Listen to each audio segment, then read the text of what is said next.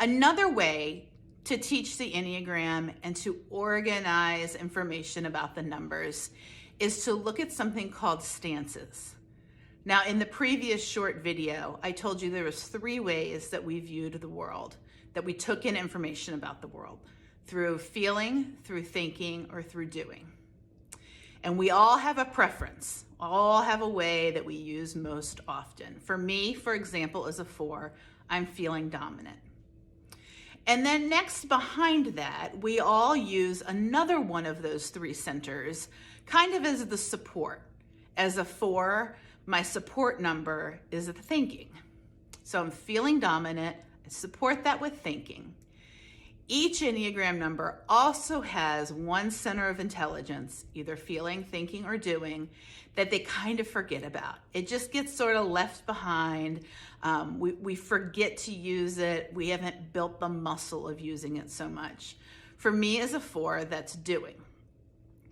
So by organizing Enneagram numbers around the thing that is repressed, whether feeling, thinking, or doing is repressed, we organize them in what's called stances.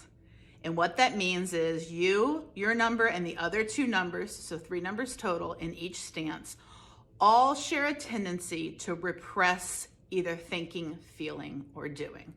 So you can see how that's in contrast to the triads I mentioned in the video before, which are organized around what's dominant. So these stances are known as the assertive or aggressive stance. That's numbers 3, 7, and 8. And they're all what's called feeling repressed. Now, if you are one of these numbers and you're hearing me say that you're feeling repressed, you might be a little offended, and I don't blame you. Enneagram language is sometimes not super polite, but here's how I like to understand it. When I say feeling repressed or thinking repressed or doing repressed, what I mean by repressed is that you're not always using it productively, or you're not always using that center in the way that it could most benefit you. So just kind of hold on to that little piece. So 3, 7s, and 8s, it's the assertive or the aggressive stance. And it doesn't mean that you're aggressive. It doesn't mean like aggressive. What it means, and we can talk about this some other time if we dive into some workshops on stances, but what it means is that you push forward in life or in relationships or in situations. You're kind of the energy driver. You're oriented to what you need to get done, and you make it happen. It's a good thing. The next stance would be the dutiful or dependent stance.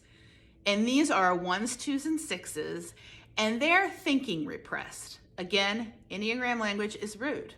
But when I say repressed, I mean it's often used non-productively. And this stance is called the dependent or dutiful stance because you guys are really oriented to the people around you. You move with people, whereas the aggressive stance may move sort of against people or stand firm against people. The assertive or, the dutiful or dependent stance moves with people. They're oriented to what's going on with other people. And then the last group, the withdrawing stance, that's the 4s, 5s, and 9s. They are all doing repressed. Again, what I mean by repressed is, you can say it with me now, it's not always being used productively. So it doesn't mean you never do. I'm a 4, I'm doing repressed, I do lots of things, but sometimes the doing isn't what it needs to be. And we're all repressed in that area. And the term withdrawing stance comes from our tendency to be oriented to our own internal world and needs, tendency to kind of pull away from people. So it's not something, these stances and the relationship with the people around you are not necessarily something that you would automatically see. Like aggressive doesn't mean you're a bully, and withdrawn doesn't mean that you are like a wallflower, but it just kind of means there's a subtle way of relating, a way to get our needs met in the world that's just a little bit different according to each 3 categories. What I want you to remember the most, though, is that we all have a number I mean, every number has a center of intelligence that we prefer and a center of intelligence that we repress.